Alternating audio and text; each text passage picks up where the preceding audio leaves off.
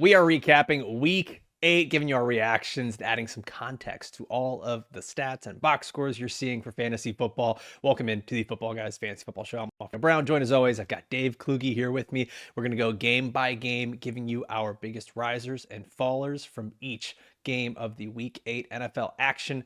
Dave, this was not an awesome week, but last night's game was kind of fun. You know, there's a lot of narrative stuff going on there. Packers, Steelers, Aaron Rodgers. It's not a revenge game. It was crazy I love going that into Chris it. Collinsworth immediately called that out, where he was just Yeah. like, "We've been following this guy for 20 years. This is a revenge game. I don't care what he says." We know you, dude. We know what's going on. But they spent like a good 20 minutes pregame just talking about how great Aaron Rodgers was and how he's changed his arm angles throughout the year. This was a fun one. Who was your biggest riser from this game? Biggest riser from this game. You'll be proud of me. I actually pulled up the show sheet this time. I know what we're I'm doing so this proud of morning. you. Biggest riser is Christian Watson. I Yep. mean, like, I had no expectations. Like, I don't know where you ranked him this week, Alfredo. I had him like outside of my top 90 wide receivers. I was like, Yeah. okay, like he's gonna get a few like ceremonial snaps and like he's gonna get a round of applause from the audience for being on the field. Like, happy to see him back. But I was expecting this guy tore his ACL in week 18 last year. Like, I thought we were still a few weeks, months away from him being a big part of this offense, and he just immediately stepped in as like the wide receiver too. He only had 4 targets, but he caught all of them. They were all for big plays. He looked healthy. And, I think a lot of this comes at the expense of Matthew Golden, unfortunately, who didn't do much of anything yesterday. And I wonder if they're just happy to have Christian Watson kind of being that wide receiver too. I don't know what this team is anymore because they keep just adding new wrinkles to their offense now with Christian Watson. And I wouldn't say it's something that they've Emmanuel been Wilson. right. Yeah. Like they've got something new all the time, which is great for the Packers. It's great for Jordan Love.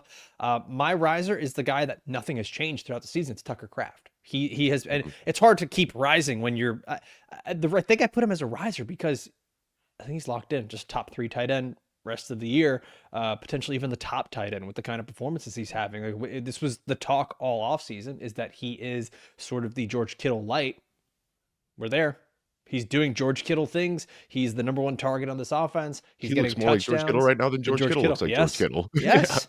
And so it's like there is no worry about all the talk this offseason. Who's the wide receiver 1? Even throughout the season, who is the wide receiver 1? Doesn't matter. It's Tucker Kraft.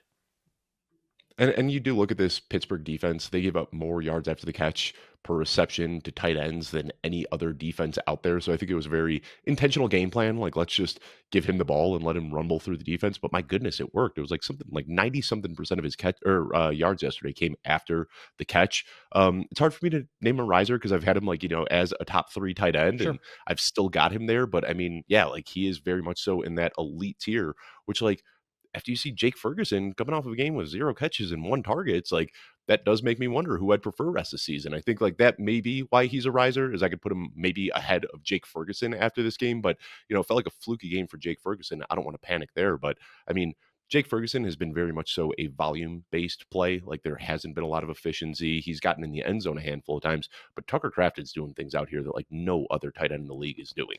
I think that's the big thing with Tucker Kraft is you want someone that you can rely on every week.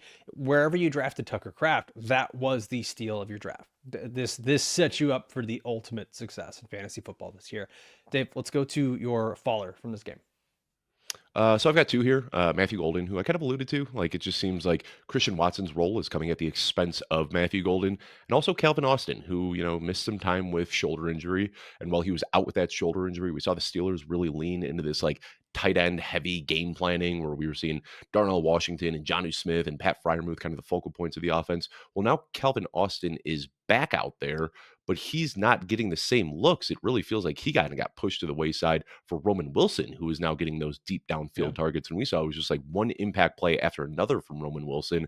I was a huge fan of Roman Wilson coming out of Michigan. I mean, that's like all he did at Michigan was make big plays. And now he's doing it in the NFL as well. So, I mean, Calvin Austin, he was kind of like on the fringe of the fantasy radar anyway, but this pushes him completely off the fantasy radar and does make me a little bit intrigued in Roman Wilson. Yeah, Roman Wilson was the big Senior Bowl winner. Remember, he was MVP of Hmm. Senior Bowl week. He was winning one-on-ones, and then he went to the Steelers. Everyone's like, "Ah, good, wide receiver 2 right there." And then nothing really came to Hurt. fruition. He Yeah, was hurt all of last year. Yeah. And so now like, he does have that opportunity, and it did feel like he was making big plays, very similar to Christian Watson, where it's like when they got these opportunities, it meant a lot for the game. It was touchdowns, it was big first downs, it was deep plays. For me, my faller, same as yours, Matthew Golden, and a Yeah. lot of it is just Dave. The snaps are there, he's not getting targeted. And this is something Jared Smola of Draft Sharks put out on Twitter, and it's something that is ringing true. Matthew Golden did not command a heavy target share at Houston. He did not command a heavy target share at Texas. And now he's not commanding a heavy target share in Green Bay. He's a talented player, but he has not been a guy that offenses say, man, we really need to run through him on a consistent basis. It happened at Texas out of necessity when Isaiah Bond went down with injury. They're in the college football playoff, and they're saying, we got to go through somebody. This offense is set for Matthew Golden to step in, and that's what happened. So I think this is going to be one of those things where it's going to take time, or it might just never happen. Romeo Doubs is out there still commanding targets. Christian Watson comes back and immediately pops right back into the game plan. And then we're seeing Malik Heath is getting some run out there. Savion Williams is getting the creative touches. Mind you, Jaden Reed, probably not back this season, but in the future, will be back. And it's something where, like the dynasty heads, man, Matthew Golden, this would have me a little panicked right now. Yeah, and I wish, you know, we do shows year round, and like nobody's watching us when we're talking in February, but we're yapping and we're talking about prospects and rookies and all that sort of stuff. And I remember you and I both had like major concerns about Matthew Golden because we were like, he's a little bit undersized, he doesn't have a target earning profile. All of his production came late in the year after Isaiah Bond got hurt, and then there was just this like groundswell of hype that just kept getting bigger and bigger and bigger and bigger. And then he gets drafted first round, lands on a team that's desperate for a wide receiver one. And we kind of bought into it. I really wish we had just kind of stuck to our priors from February where we had some really big red flags in his profile. But as we get through the offseason and the drumbeat continues, we kind of forgot about all of that stuff. And I still think, you know, Matthew Golden, he's an athlete and he could have these big plays in these spike weeks, but I don't think he's going to be that wide receiver two that or the wide receiver one that they hope for, or even the wide receiver two. Just to add the context too, like, he has the tools. He probably Yeah. can do it. I just don't end up thinking this is going to be the offense that will do it. This is not the kind of offense that supplies us as fantasy managers with a clear-cut wide receiver one earning targets every week. It's just not. Let's go to the next game. Baltimore Ravens defeat the Chicago Bears. Dave, who is your biggest riser from this one? I mean, it's got to be Kyle Monangai, just because we have seen now since the bye, he is much more involved than he was earlier. I mean, we saw like a few touches here and there early. He wasn't really effective with them, but we saw the 13 touches or the 13 carries and 3 targets last week, 7 more this week. And this was a trailing game script too, where I thought we would have seen much more of DeAndre Swift, you know, the big play guy, the pass catching guy. But Monangai was still getting his, and he was still getting touches in the second half as well. So we have seen historically Ben Johnson does like to have a split backfield, and it's very easy to tell like who the Thunder and who the Lightning is in this backfield. And regardless of the game script, I think that we're going to continue seeing Kyle Monangai involved in the offensive game plan here. Yeah, I think he's absolutely going to be a part of it. I will say, like, there's a little bit of that has to do with DeAndre Swift having the injury designation throughout the week, right? So, but you're right. Like, I don't think all of a sudden when he's healthy, we're talking about an 80% DeAndre Swift and 20% Monangai. Right. We're probably looking at a 60-40, 55-45 split. Like, I don't even think it's going to be that far off. Monangai just adds something different. Gives a different look to this offense here. So I get that. My riser is Roma Dunze, who, I mean, Dunze, Yep. Dave, like we talked about this. Like he was a trade target we had last week. Go cash in on a couple of down games because he continues to be the lead wide receiver for this team, earning targets at a higher rate than anyone else. And he had a few plays where he was just going down inside the 10-yard line or going down inside the 5-yard line. It was like, Mhm. this is one of those games where it could have been 2 touchdowns easily to the stat sheet, and it wasn't. And it's just the way that the game broke in this one. Caleb had his struggles inside the red zone. Like the offense got a little wonky when they were under pressure there in tight space.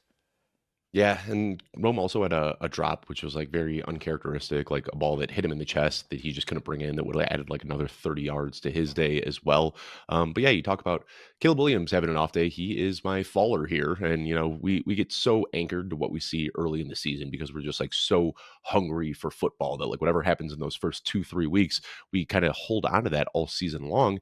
And through the first 3 weeks, it looked like Caleb Williams was taking this huge leap forward in the Ben Johnson offense. You know, we saw that 4 touchdown game against Dallas. Dallas. He was like a top 3 fantasy scoring quarterback through week 3.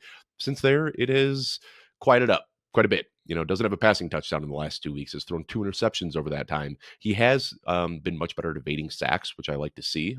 But the fantasy production hasn't been there either. So I think that there's still an opportunity where, some people are still looking at Caleb Williams as this guy who kind of broke out and they're looking at him as a fantasy QB1.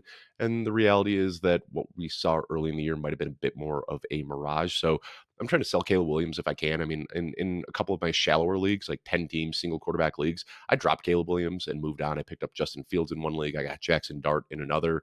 There's just a lot of errant throws and not great decision making. I'm not panicking long term as a Bears fan, but I think there's still a lot to work out here in Caleb Williams' game. I'm going to go to the other side and go to the Baltimore Ravens, where my faller is going to be Mark Andrews. And I feel like we've had him as a faller for multiple weeks. And I think it's just now we are at that time. Even when Lamar Jackson comes back, I don't have the faith to trust Mark Andrews. He just has not been a consistent target earner. He's not shown that he can really run after the catch, which athletic ability has been something that Mark Andrews has been able to show throughout his career. And the touchdowns aren't there right now either. And like that has been the thing that has been the driving force for Mark Andrews over the last 2 years, really. It didn't matter. He could go 3 catches, but get 2 touchdowns on those 3 catches. And now we're seeing a lot of Isaiah Likely. We get Charlie Kohler getting the touchdown here. And even had that touchdown gone to Mark Andrews, I don't love the way that the snaps are going. The snap share continues to go down each week. We're seeing more and more of other players. So even when Lamar comes back, I'm not super excited about Mark Andrews. I will say this, the Ravens schedule gets really, really easy over the next 6-7 weeks, where they could legit just win 7 games in a row with Lamar Jackson being back. And this could be a very run heavy approach, a lot of Derrick Henry. I would say this might be one of the last times to buy him. I'm not going all in crazy on Derrick Henry here, but the schedule is relatively easy for the Ravens, where game script will have them in the lead. Yeah, I think one of the kind of under the radar storylines from this NFL season is just how like the entire tight end market has been flipped completely on its head. Like Yeah. all of these guys that we were looking at is just long term plug and play tight end ones. I've got ranked outside of the top 12 in my rest of season rankings. I mean, I'm looking Mark Andrews, Zach Ertz, Evan Ingram, David Njoku, TJ Hawkinson, Taysom Hill. These guys are all outside of my top 12. Then you've got all of these rookies and year 2 guys, or like random veterans like Dallas Goedert having a career year, that are now sneaking into the tight end one discussion. So I think there's still name value out there that is propping up Mark Andrews and keeping him in fantasy lineups. But the reality is, like, if you took that nameplate away and just looked at the raw production and usage for Mark Andrews, he shouldn't be anywhere near a fantasy lineup right now. All right, let's go to the next game. Buffalo Bills defeat the Carolina Panthers. Dave, just going to get this one out of the way. Riser or winner or whatever we want to call it from this game, James Cook looked back to form after, a down week there. But I think we all kind of just threw that into, that's just happenstance. It does happen every once in a while. You don't, Bijan Robinson against the Dolphins. Yeah, like it just happens sometimes. James Cook going up against the Panthers here. He was remarkable. I just think he's going to continue to be the running back 1 plug and play every single week. If you had any concerns, if you were like, should I be trading him? What should I be doing? Please put all that to rest. Like, don't have those concerns again. Yeah, and I've got him in my top 5. I mean, he's been firmly there. I mean, it's 5 and 6 is really tough. Like I waffled back and forth. Like I don't know who I'd prefer rest of the season, James Cook or Devon Achane. They're both similar players with how they accumulate their points. But yeah, I mean, those are just plug and play elite RB1s. For me, I went with Khalil Shakir just because, he led the team in targets, and we just keep seeing it. Like this is 3 straight years where he has been one of the best after the catch receivers in the NFL. And it's just consistently every single week making these big plays where he's breaking tackles. And I'm so mad that Jeff Bell kind of like put this seed in my head. He said it a few weeks ago. He's like, imagine how good Khalil Shakir would be if he got Amon-Ra St. Brown treatment. And now I can't stop thinking about it. Like if they just peppered this guy with like 12 to 15 underneath targets every single game, he would break fantasy football. But Joe Brady outsmarts himself and they want to get everybody involved. But Khalil Shakir is so good. And I wish the usage was a little bit more, but even with the limited usage, like if you get him 6-8 targets per game, he can make a couple of those plays really count. With Khalil Shakir going up, one of the guys going down, Keon Coleman. I mean, it's not happening. It's not happening. Yeah, it is. Honestly, ever since week 1, we have not seen the target share that everyone wants to see. We have not seen the guy who is giving us the dominant performance week in and week out. And it's just, We talked about this a little bit, that with J.C. Horn out there, you're probably not going to see a whole lot of Keon Coleman this week. Anyways, we haven't seen anything from previous games that tells us that Keon Coleman is a guy you need to be starting. I've been seeing him get dropped in a lot of leagues, and honestly, this isn't Mhm. even one of those where I say, go pick him up and stash him for later, because we've seen nothing from the Bills that show that. Another guy who's a follower for me, Rico Dowdle, and this has nothing to do with his own performance. He still looks good. The Panthers are being stubborn, and they are giving Chuba Hubbard the ball. Dave, dude, it's just They can't keep doing this, right? Like, they they just have can't their keep getting butt away kicked. with it. Yeah, like, How are you giving even Chuba more yeah, I carries even than heard Rico? the announcers said exactly what we were saying. They're like, "Rico has so much more juice. Why do they keep giving the ball to Chuba Hubbard?" I I do not get it. I don't know what they're doing here, but there has to be some self-scouting at some point where they look back at, like, what's happened over the last few weeks. I mean, Rico Dowdle, 6.8 yards per touch, and Chuba Hubbard 2.8. Like, it's unbelievable how much better Rico Dowdle is, and they just keep giving the ball to Chuba Hubbard. But I think because they lost, they might revisit that usage going into next week. I hope so. So I'm not trying to panic too much because I think Rico Dowdle is just way better than Hubbard. I also wonder too, right? Like how much of it is, hey, we're down 40-9. Let's get the good running Right. back out of here. Well, not even down 40-9. Like they were losing much worse, and they get the Chuba Hubbard garbage time touchdown when they're down 40-3. So a little bit of it is that Chuba Hubbard getting more of those snaps later, but he got the snaps early too. This wasn't a garbage time thing like the Dolphins did with Jalen Wright, where it's like, let's just throw him in there for some snaps. This was Chuba Hubbard was actively getting more snaps than Rico Dowdle throughout the game, got more carries throughout the game. Rico Dowdle, this is back-to-back weeks below 50% snap share. And Mhm. you don't like that. Dave, do you still keep throwing him in your starting lineup though? Yeah, Because of the I upside? would just because I think he's got the big play upside. And I mean, I bumped him down a little bit in my rest of season rankings. I had him ahead of Jalen Warren, and I made that flip. Maybe I'm being stubborn here, but like I'm still ranking Rico Dowdle as back end RB2. I think that We should. talent more often than not does win out.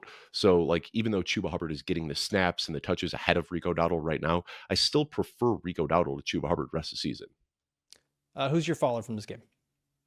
My faller from this game, Dalton Kincaid. And I still think that he is a guy that you're relying on as a tight end one, like a very back end tight end one. But it felt like we were like really starting to see the breakout. He had the career best yardage a couple of weeks ago, and then just 3 targets this week. Like it's just not really there. And again, I think this is just how the Bills are going to operate. They want to spread the ball so thin. They want to get everybody involved. But we saw that huge breakout game the last time we saw him play. Then he was injured. Then they had a bye. And then he comes back this week, might still be limited, but the usage wasn't there, the production wasn't there. So I still long term, like the rest of the season, maybe he can turn a page and get healthier and do something later in the year. But right now, he kind of falls like just outside of tight end 2 range. So I've got him as my tight end 12 overall, which means a lot of people are still relying on him as a starter, but I don't feel great about having Dalton Kincaid in my lineup. Let's go to the next game on here. Jets defeat the Cincinnati Bengals. Jets get this massive comeback in the fourth quarter. First win of the season for them.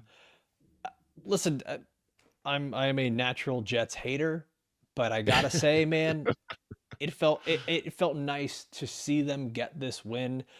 It felt good to see Justin Fields just have a personal W, and like hear him doing his interview after the game. It's just he got very emotional, very vulnerable in his own words, and talked about his personal life. To see him get the win on the field, get the win off the field, and have the support of his teammates, he called the comments from Woody Johnson, the owner of the Jets team, outside noise. Hmm. Which, I mean, yeah, at that point, like it kind of just is outside noise. Like Woody Johnson has not shown that he's a good owner. Jets fans, let us know in the comments, man, because I know you guys are tired of it too. Justin Fields is my big riser from this game. And I think what he did was he at least secured his job here for the next few weeks. There was the talk of is Tyrod Taylor taking over, and then obviously with the injury to Tyrod, Justin Fields gets the start, but he also gets the win, and he didn't look bad here. Like we saw some new wrinkles in this Jets offense. The passing game did look competent, and the craziest thing is that it happened without Garrett Wilson here. Justin Fields got close to a couple of touchdowns as well, running the ball. He looked good. He was just a one broken tackle away from a couple of rushing touchdowns where it would have been an absolute monster game. So listen, I'm not saying Justin Fields retains his job the rest of the year, or that the Jets are now going to go on some sort of winning streak. This was still the Cincinnati Bengals defense. But Justin Fields, good for you, man. Winner this week, riser for me. He still has some fantasy relevance over the next few weeks here. Yeah, and last week felt like kind of the blip against Carolina, and I still wonder how much of his poor play came from that hit that he took to the head because like he passed concussion protocol, but we got to remember he had a concussion earlier in the year as well, and then he takes a shot to the head, and then two straight 3-and-outs, and then he takes a sack while clock expires going into halftime, and then we don't see him for the rest of the game. But really, what we've seen Justin Fields do all year is just like crush against bad defenses and then Yeah. kind of struggle against the good defenses. So we knew this was a big spot. I was starting Justin Fields in a bunch of leagues this week, but what we saw was not a typical Justin Fields performance. Like he wasn't just running around with his hair on fire, racking up garbage time points late in the game. There were so many times that I was like getting teary eyed, just like so proud of the development that I saw from Justin Fields, just like standing tall in the pocket and hitting his receivers. And like it was a very non Justin Fields game. The other thing we always hear is that like Justin Fields, when his defense gives up 20 plus points, he can't win. Like that's been that big stat that's been going around for years. Like he is often the guy who is just kind of a game manager, but to pull out a win when his defense gives up 38 points, that's got to feel good for him. So I think this was a big moral victory for Justin Fields. The other riser I have coming out of this one though is Mason Taylor. We saw him catch the touchdown, but we also saw him just very involved. 8 targets. I think just the nature of this Jets passing attack, it's going to be very volatile. Like we've seen the 12 target game followed by a 1 target game, and then we get 8 targets this week. We get a touchdown. I don't know if Mason Taylor is at that like plug and play tight end 1 spot yet, but I think especially while Garrett Wilson is out, he is going to be a featured part of the passing offense. It's just going to be, pretty fickle on a weekly basis. That touchdown he had showed why he was an early draft pick, just going up and over the defensive back, just plucking the ball out of the sky. I mean, we know that he has the potential to do this, right? Like, I do think he should be the number 2 target on this team, but we'll see how all that shakes out going forward. Brees Hall, like, pretty nice touchdown throw. You often see guys just like panic when it's not there and just throw it out of bounds or take the Yeah, sack or yeah. run. Like he held on to it, like he waited for him to get his leverage and then like put it up there after a little hitch. Brees Hall When we get looking those maybe better than plays, Justin Fields as a passer. no, I mean, when we get the plays, right, like Dave Montgomery, the same thing. Whenever we get Right. those where a running back has the ball and they're rolling out, they just throw it because they don't really care. They're like, this is my one Right. time to, like, this is my Right. one time I can throw a touchdown pass. If it's Yeah. a And pick, Mason's whatever. 6'6". He's gonna come down with this. And he Right. did. Right. Like their whole mindset is if it's a pick, well, it was a trick play. That's on the coach, Right. right? Like I'm not supposed to be throwing this ball anyways. But if it's a touchdown, good job me, right? Like that's what ends up happening. My faller from this game, ironically, because he did have a good fantasy game and a good game generally overall, is Chase Brown. And I'm almost like forcing this and giving it, square peg round hole. But at the same time, we saw a lot of Samaje Perine. This has become a very, very split backfield. We're looking at like a 45-55 split in here. Chase Brown gets saved by the rushing touchdown. He gets some very good efficiency on the ground, and he is getting more targets than Samaje Perine. But the fact that he has to come off the field for Samaje Perine to come in and do pass blocking sets, and it's not just that. He's getting the carries on the ground as well. The arrow is trending upward for Chase Brown, but I think there is that sort of glass ceiling there where I don't think we're going to be ever putting Chase Brown in the top 12 consideration each week. He's going to be hovering around that running back 13 to 16 every single week because of the fact that Samaje Perine comes in. That's why I've got him listed as a faller for this week. Yeah, I've got him at my RB 16 in rest of season rankings, Yeah. so kind of like a middling RB2. Right. And weirdly enough, like even though we're seeing the usage go down, the production is going way up. And I don't know if this is just like a having fresh legs, like not taking all the snaps. That doesn't make a lot of sense because last year we saw him handling 96% of the opportunities and he was still doing Right. just fine there. But for me, I am just kind of looking at the raw output here. 9.7 PPR points per game through week 6 over the last 2 weeks with Joe Flacco, 18.8. And yeah, that's been weighed by touchdowns, but I think the fact that he's even able to score touchdowns here is a testament to what Joe Flacco's done to this offense because that wasn't even a possibility when Jake Browning was out there. And then the efficiency is really what's rebounded. 3.2 yards per touch through the first 6 weeks, 7.3 yards per touch over the last 2 weeks. So for me, I understand, like for the sake of the exercise, trying to find a faller. I just said there wasn't a faller in this game. When both teams are scoring nearly 40 points, it's like hard to find a true faller. But yeah, I didn't like move Chase Brown way up my rankings. I just feel maybe a little bit better about the Bengals offense as a whole. Yeah, T. Higgins is one, like, if you really want to make a case, like the One target, I think, target, right? I think it was two, And he but like, caught it. It was a big touchdown, but yeah, yeah. just it just wasn't there. So like, I think that's the big takeaway is you're going to find inconsistencies with this Bengals offense. The only thing that remains consistent is death taxes and Jamar Chase getting a 50% target share in this offense. I mean, like, good God, man, like, it's unnatural at this point, but that's where we are. All right. We love doing the big extrapolations off of 2 games. Oh, Let me just, oh boy. Jamar Chase, his 17-game pace with Joe Flacco, 357 targets, 238 receptions. I mean, it has just been Unnatural. unreal. Like, this guy's just getting, like, 20 targets per game. I've never seen anything like this. Let's hope it maintains. Unnatural. Dark magic. Let's go to the next game on here. Miami Dolphins. What are you doing to me, man? Like, what are you doing, Miami Dolphins? What are you doing? Miami Dolphins beat the Atlanta Falcons. We can't even lose correctly anymore. We can't even lose. Miami Dolphins, one of the absolute worst run defenses in the league. Bijan Robinson, one of the best running backs in the league. What do? They shut him down. Tua Tagovailoa struggling, throws 6 picks over the last 2 weeks. Atlanta Falcons, pretty solid pass defense. They've been shutting quarterbacks down left and right. Tua Tagovailoa comes in. Let's have a season best game this week. The Miami Dolphins just destroyed the Atlanta Falcons. So yeah, I guess the riser is Tua Tagovailoa. Get pink eye more often, buddy. Whatever it is, he came into the game with his Yeah. left eye swollen shut. Okay. I got nothing here, man. I got nothing. There is no analysis you can give to this where a quarterback who's been horrible loses vision in one eye and starts immediately playing better. I He's got just nothing. running Mike McDaniel's offense. He can't see what's happening on the field, so he doesn't think things through, and he's just running the offense as it's laid out. Maybe that's where He Tua's at talked his about that. best. He talked about that this week where Did he's he? just like, yeah, I can't really see over the line. So a lot of times I'm just throwing and trusting that guys are in the spot where they need to be. And of course, like everyone ran with it and went nuts. And like, guys, he's short, throwing Yeah. over players that are 6'5". Yeah.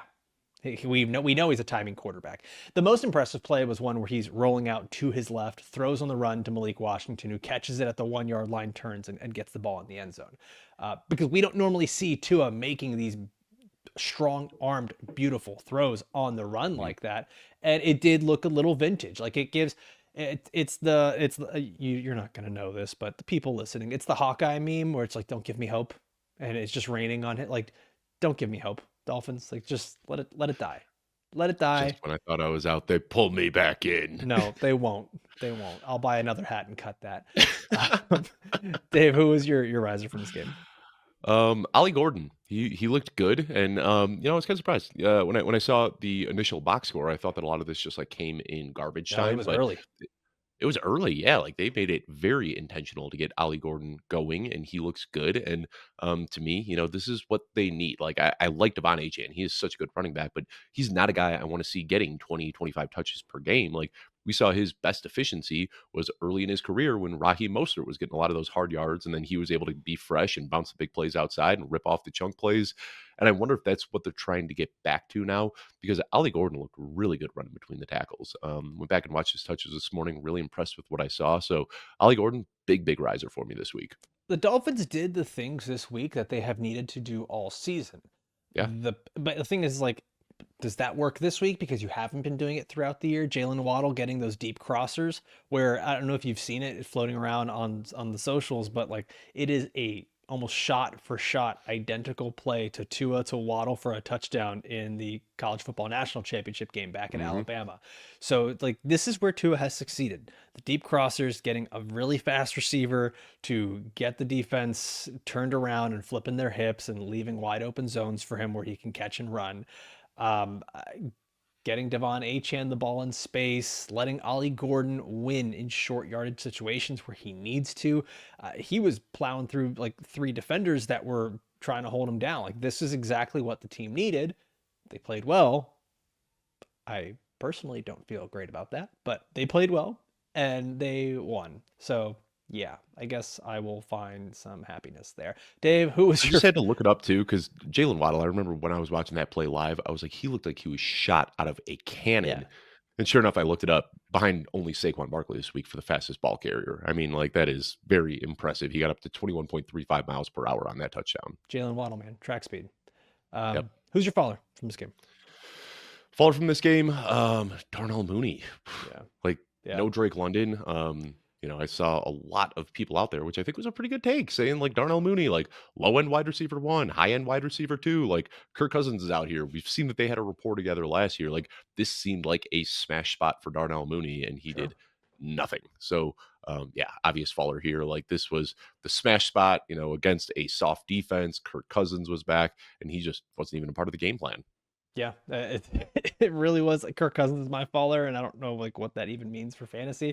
Yeah, he fell from QB 33 to QB 53. Yeah, like okay. I was Um, hoping though, like everybody kind of had the same idea. Like he can go up here and dice his defense up. A QB needy team is going to trade for him. Like nobody's trading for Kirk Cousins after seeing that. and that was more of what it is, right? It's like Yeah, there is no trade value for Kirk Cousins. Like you've heard maybe the Jets go and trade for this guy, or anyone that needs a quarterback going to trade for Kirk Cousins, or Michael Penix keeps struggling. I don't know. It could be Kirko's season again, and we get these guys back.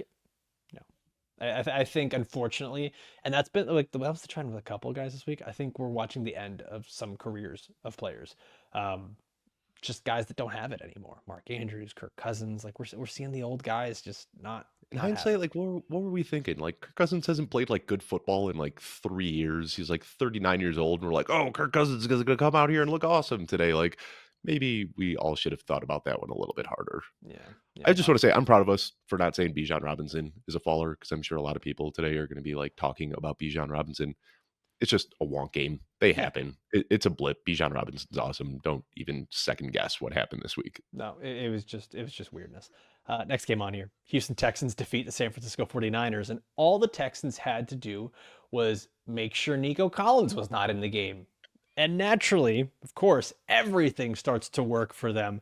My risers from this were the rookies. The rookies, you have one of the other ones, so I'll just talk about the two wide receivers: Jaden Higgins, Jalen Noel. Xavier Hutchinson is also in there. He's not a rookie, but I just want to talk about these guys because their roles had not been very prominent throughout the season. But Jaden Higgins, we're seeing the snap share continue to go up every single week.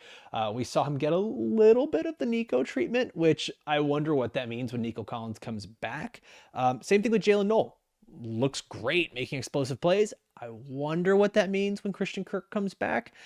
Not that these guys shouldn't keep playing, but we're seeing the same thing with Woody Marks, where he looks better than Nick Chubb, but Nick Chubb is staying out there. And so it's hard to determine what this team, the Houston Texans, D'Amico Ryans, what they're going to do with these players. I have to imagine if you're losing games, you get towards the end of the season, you got to know what you have with these rookies. You got to know what you're going into next year.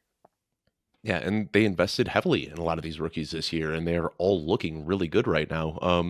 I don't, are you a Bill Simmons fan? Do you listen to Bill Simmons, or did you Sure. ever read his writing or Yeah. anything? Are you familiar with the Ewing effect? It's something that he's talked Yes. about for like Yes. 20 years. And yeah, I think there really is something to that. Where like for those that are unfamiliar, Patrick Ewing, former New York Knick, when he didn't play in the 1999 finals, like everybody else on the team played better, and they started putting some of their best games on tape. And the theory kind of behind it is that like without the best player out there, all of the role players feel like they can step up and they can be the guy. And I almost wonder like they force so many balls to Nico Collins every single week that with no Nico Collins out there, you've got all these guys saying, hey, I could step up today. And then everybody starts balling out. I think that's kind of what happened in this game. But now you got a little bit of confidence rolling for some of these guys. CJ Stroud was standing tall in the pocket and making those throws. So now I think even when you can put Nico Collins back into this offense, now Jalen Noel's got some mojo. Jaden Higgins is feeling a little bit better. Woody Marks had himself a big game. He should be feeling good after this one as well. So I think this is kind of what they needed, was just like a week away from Nico Collins. But Woody Marks is my big riser. He just looks better and better every single week. Nick Chubb isn't going to disappear, but Woody Marks just has so much more juice than he does right now.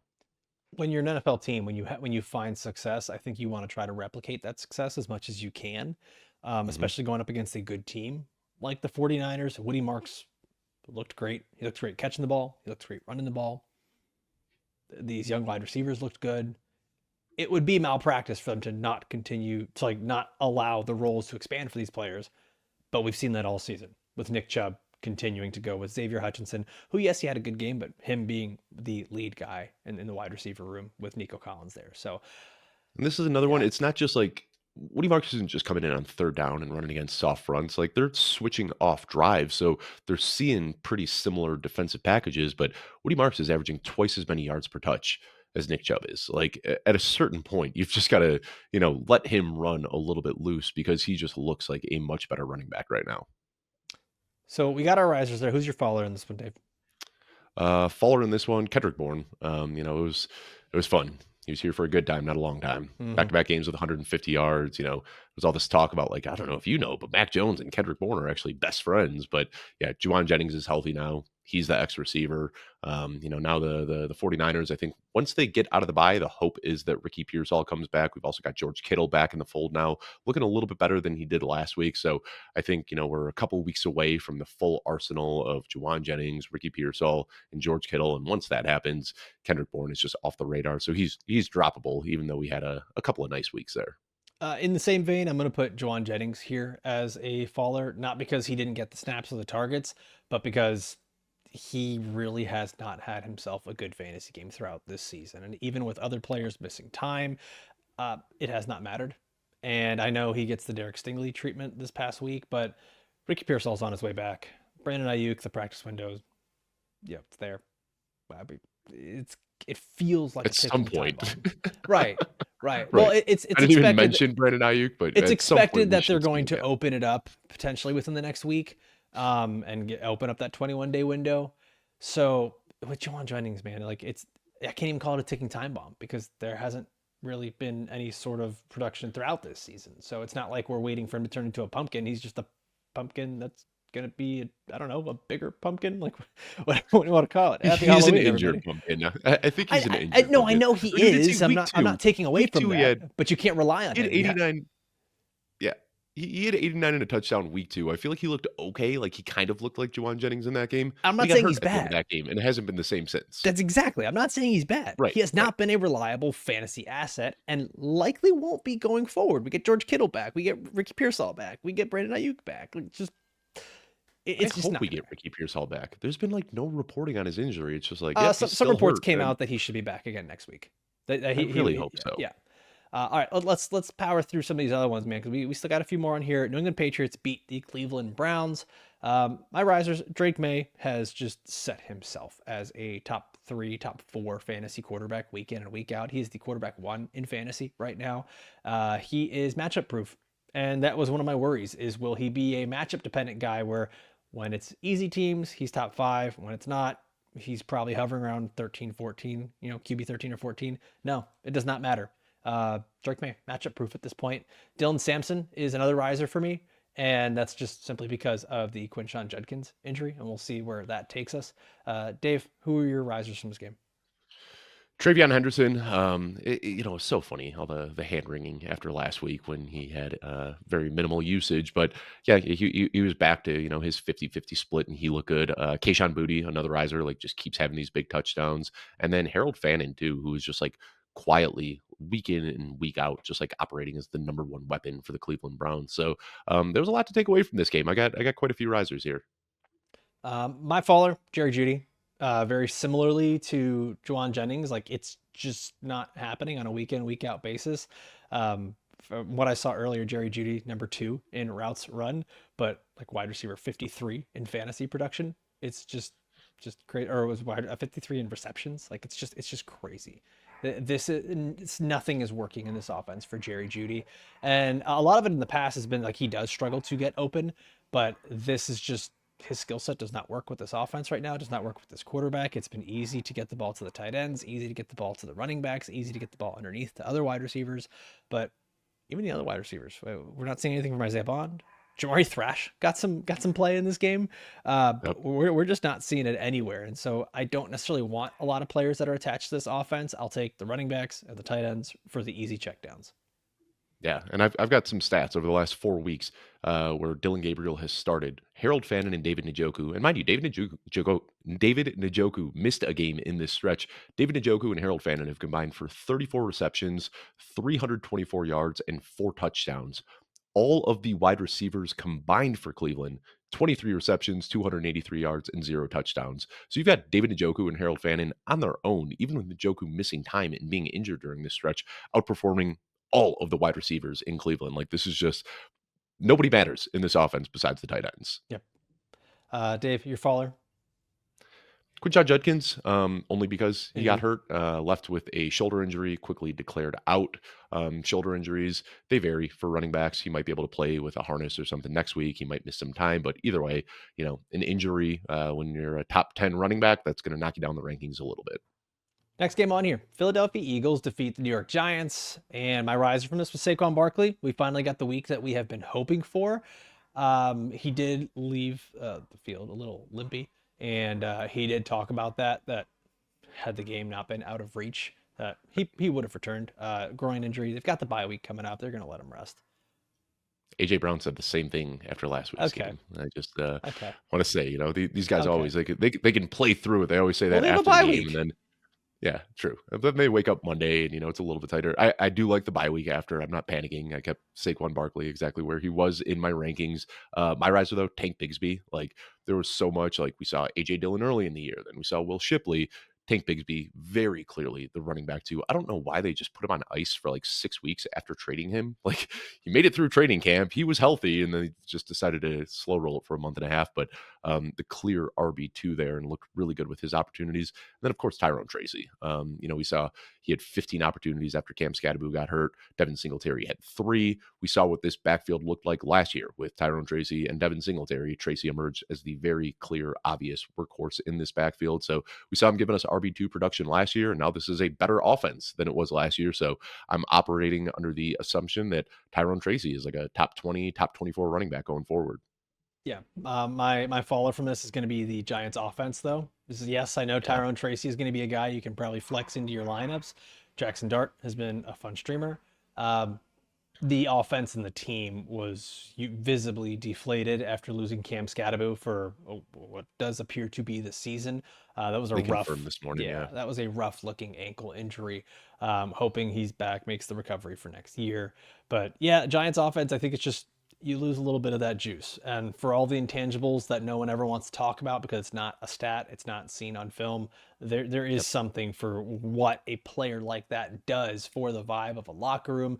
Jackson Dart was screaming profanities, and like he just seemed absolutely devastated when Cam Scatterbo went down. It's tough. It's tough for an offense. It's tough for them to mentally recover, and hopefully after this game they can mentally recover. But sometimes you just don't see it. An offense loses a spark plug, and they're not the same. I just want to, did you see Cam Scatterbo like putting his hands out for a teammate to help him stand up? Mm-hmm. Like, just, I don't know if there's a tougher dude in the NFL right now. Like, buddy, your foot is backwards. And he was like, I'll walk it off. Like, and yeah, it's a big Scatterbo fan. Unfortunate what happened. Hopefully he can come back next year. Yeah, it was rough. Next game on here. Tampa Bay Buccaneers defeat the New Orleans Saints. The Shuck season has officially started in New Orleans. It seems like Spencer Rattler gets benched late in this game.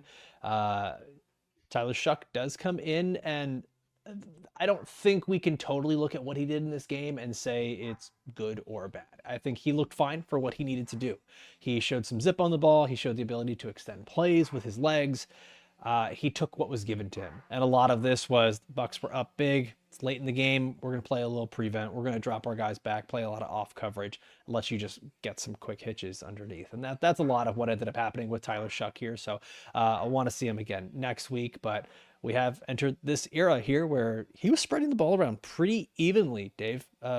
Chris Olave, Rashid Shaheed, Jawan Johnson, all getting their touches with Tyler Shuck in there. Yeah, and Rashid Shaheed is my riser. 12 targets. That's a season high for him. Like to see him a little bit more involved in the offense because we know this guy with game-breaking speed. I did a show this offseason with Jared Smola, and he was talking a bunch about Rashid Shaheed, just like not understanding why he was falling where he was in fantasy drafts because on a per touch basis, per route run basis, per target basis, however you want to look at it, he's one of the most efficient guys in the league. So if they can just get him a little bit more involved, it doesn't take a lot going his way to push him into fantasy relevance. And I like to see that he was a bigger part of the game plan this week. Guy who has not been a big part of the game plan, Alvin Kamara. And I know, like you mentioned pre-show, he did have the injury in the game where it just looks like it slowed him down a bit. But Alvin Kamara it's the same guy that we've been seeing throughout the season. There's very little run game efficiency. He's not getting the same targets that he used to. And Shuck in this game, watching each of his dropbacks, he was not looking to dump the ball off almost at any time. He was consistently looking downfield. That's also what he's known for coming out of college, is making those big plays. So he's either going to extend with his legs and look for the big play downfield, or he's actually going to run it himself. And he did that a few times. So the Alvin Kamara train, I think, is it's out of steam. It's out of steam at this point. Yeah, and I don't even know what it is. Like he left the game with an injury, and I've heard speculation. Like some people are saying PCL, some people are saying MCL, some people are saying ankle. I've heard people pointing to the left leg, the right leg. Like it was just a nasty tackle where he got like tackled and rolled up and couldn't come back into the game. So I don't know how much time he's going to be out for, but yeah, it's a little tougher to recover from these injuries at that age. Um, I want to throw Tez Johnson in there as a riser as well, and you Yeah. talked about him as well, but yeah, I kind of Actually, I skipped over that, skipped and it. then I skipped it. I had him in yeah, my notes and I yeah, skipped past him. and that's why I wanted to mention it because when I was digging into this a little bit more last night, like we see that he's number 2 on targets, but he ran just as many routes as Emeka Ibuka. Like Yeah. there's no question, he's the clear and obvious wide receiver 2 here. Evans is out for the season. We have no idea what's going on with Chris Godwin. We haven't heard anything about Jalen McMillan, but we have seen that Baker Mayfield can elevate just about anybody around him right now.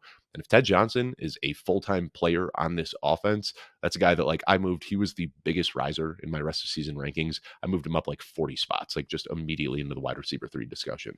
Like from this game as well, the running backs kind of struggled. Rashad White, we kind of saw him lose a little bit of work here to Sean Tucker. Rashad White was just highly inefficient.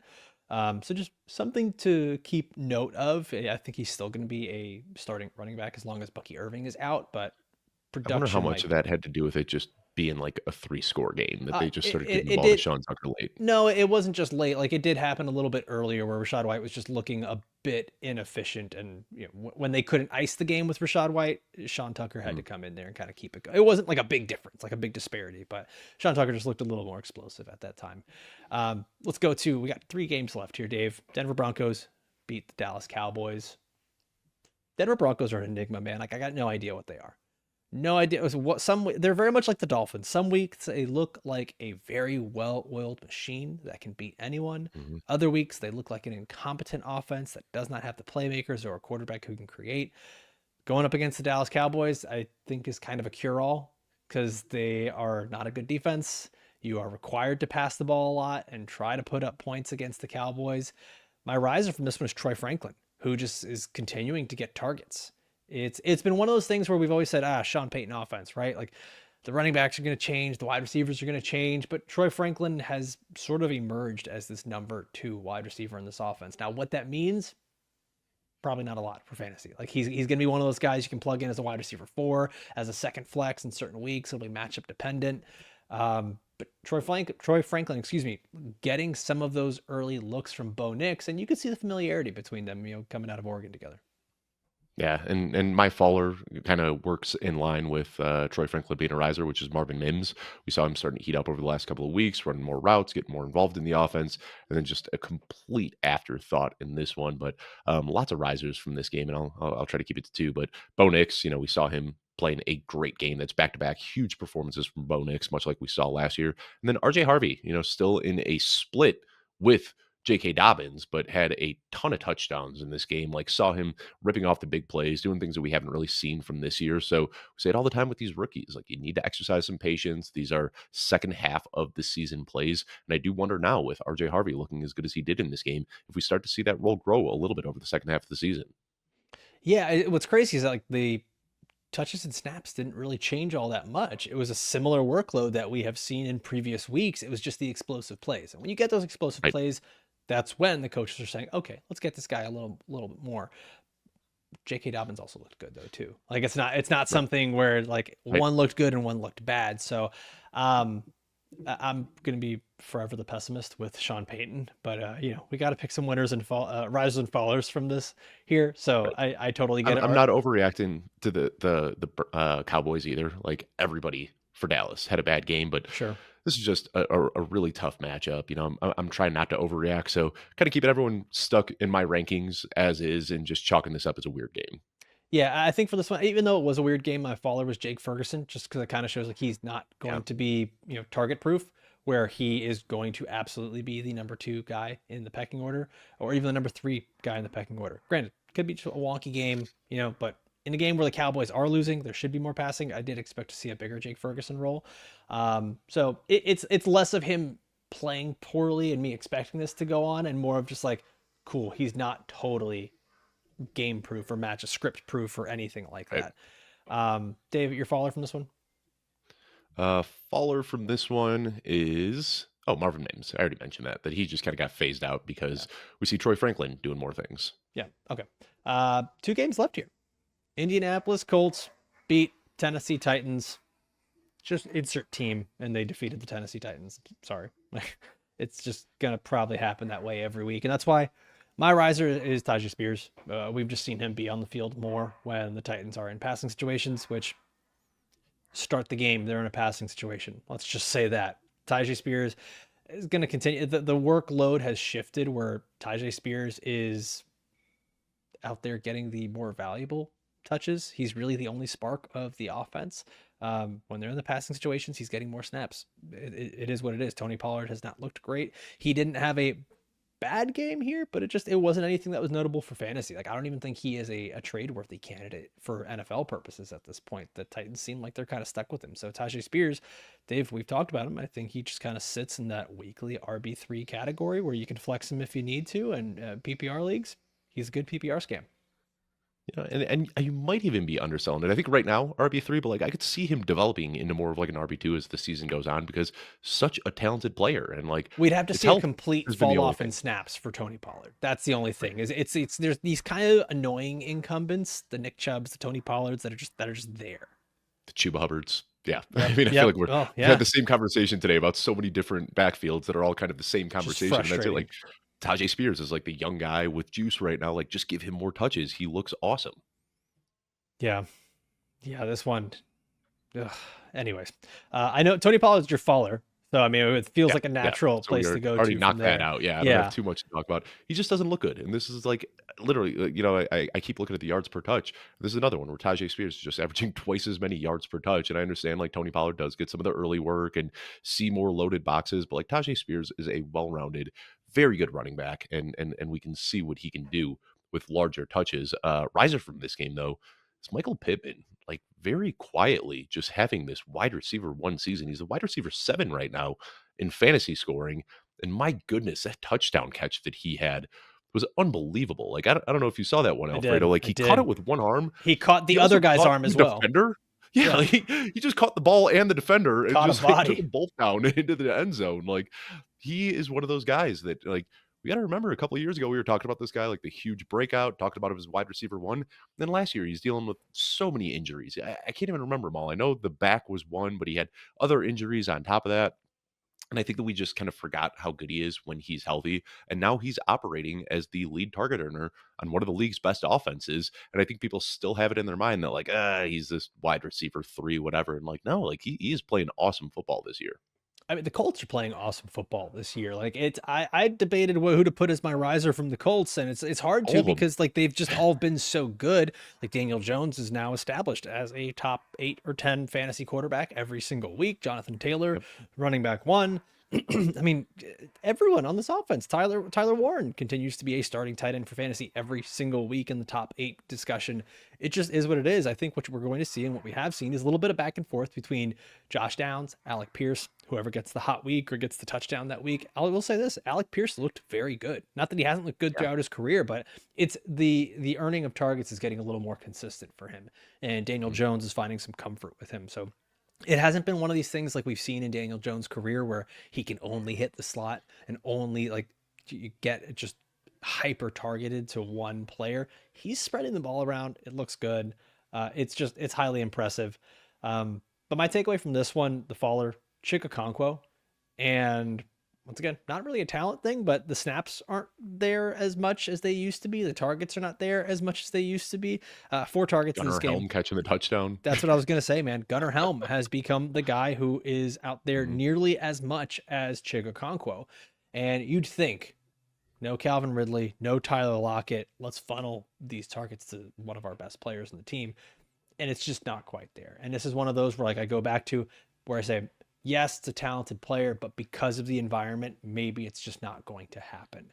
And we've been hoping and praying and wondering, would it happen? And it just seems at this point, no, it's not going to. And I'm sure we'll talk about him tomorrow on our waiver show. But Jameer DK, another riser, led the wide receivers in touches and opportunities this game.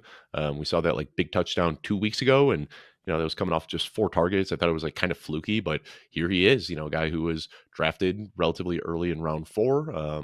Starting to look pretty good here over the second half of the season, especially as Calvin Ridley is out. I think DK kind of works himself into the weekly flex conversation. Yeah, the drops started to rear their ugly head for Alec Manor, which is one of those things that I hmm never liked on film. But hmm Shamir DK is a guy that, like, I did not think could have this kind of a role in the NFL, but he's a field stretcher. He's a big play merchant. And Cam Ward just wants to make big plays. He's a gunslinger. He is the F it DK down there somewhere. And like he's going to keep doing that on a weekend. Why not? Dude, you're down 35-7 in every single game. Like, just he's going to keep going for it. So the styles match up pretty well. Last game here. This was the Thursday night game. Los Angeles Chargers defeat the Minnesota Vikings. Dave, Thursday night and Friday morning was the Aronde Gadsden happy hour, man, because this was all anyone could talk about.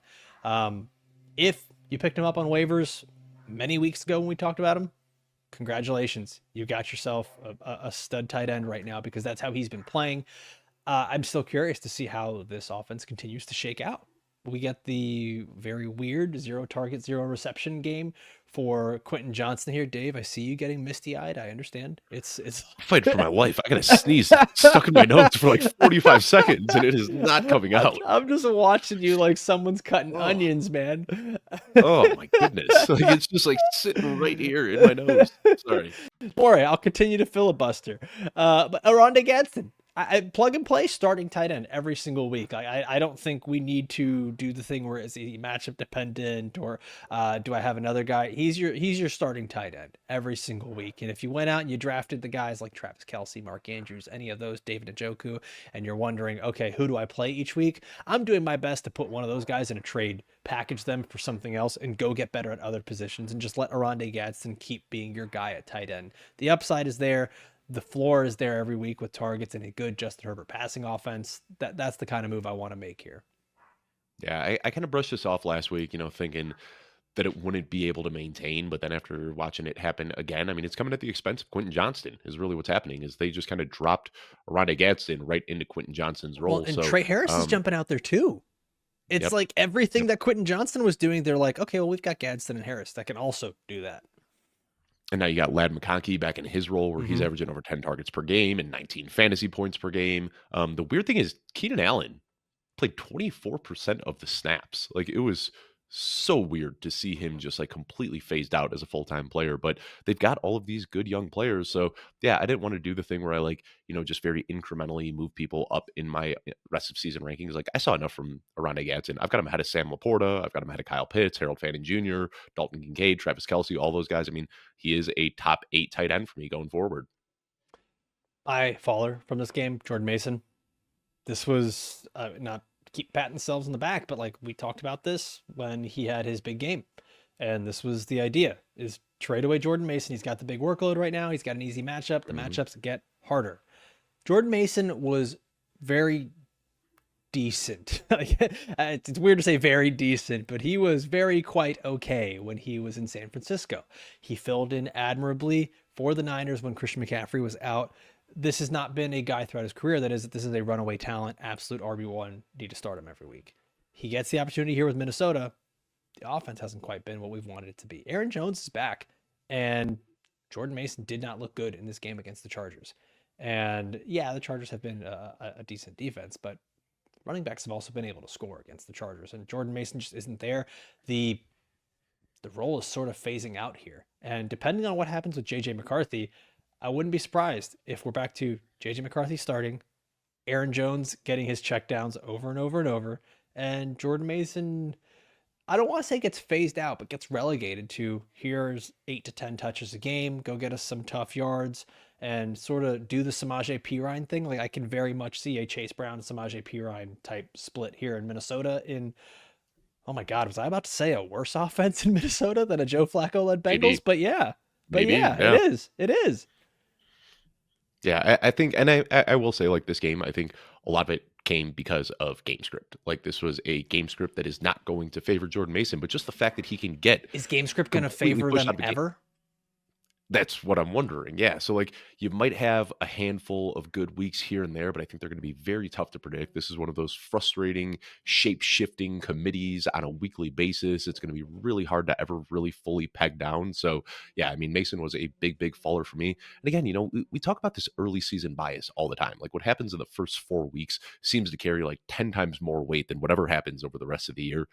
And last year, Jordan Mason was awesome for the first 4 weeks and then started to wane and inevitably lost his job to Isaac Arendo and Yep. didn't look good over the second half of the season. And Yep. yeah, there were some injuries in there as well. But, I never really understood the Jordan Mason steam because, like, we saw 3, 4 really good weeks to start the year, and that was kind of it last year. And yeah, I mean, there's a reason that the 49ers, who are a very running back needy team this offseason, traded him away for a day 3 pick. And now we're seeing why. And the other weird thing is Xavier Scott was still involved as well. So now it's not even just like an Aaron Jones, Jordan Mason committee. Now it's an Aaron Jones, Jordan Mason, and Xavier Scott committee, which is just going to be really, really frustrating. Yeah, it's pretty gross. All right, Dave. Week 8. Who's your final faller that we have here from this Chargers Vikings game? Keenan Allen. I mean, he played like You did mention that. 24.7% of the snaps. It was just, Yep. I saw somebody, a tweet that cracked me up. It was like Keenan Allen is unk maxing so hard in this game, just like catching the ball, falling over, standing up, and not even jogging to the sidelines, like just walking to the sidelines That's after like picking up a first down, signaling the first down, and then just walking back to the we need to make the sidelines. all unk team, just like DeAndre Hopkins, Keenan Allen. Devontae Yep, Adams. yep. Just Devontae Adams, unk by age, no, but yeah. I was like, playing like a young lad out there. he can't be unk by association like this. Yeah, he's playing like the Yeah. kids. Joe Flacco, DeAndre Hopkins, There we Keenan go. Allen. Yes. Let's put it all together. It could be fun. Yes, I love it. I love it. All right, Dave, we did it, man. We recapped all of Did the it. week 8 games, gave you guys our takeaways here, reactions to us, risers, fallers, how it helps you in fantasy. We're going to be back again tomorrow with our waiver wire pickups here for week 9. We are getting so much closer to the fantasy football playoffs. I want to thank everybody for joining us here, watching or listening all the way through. For myself, for Dave, we'll see you next time. Adios.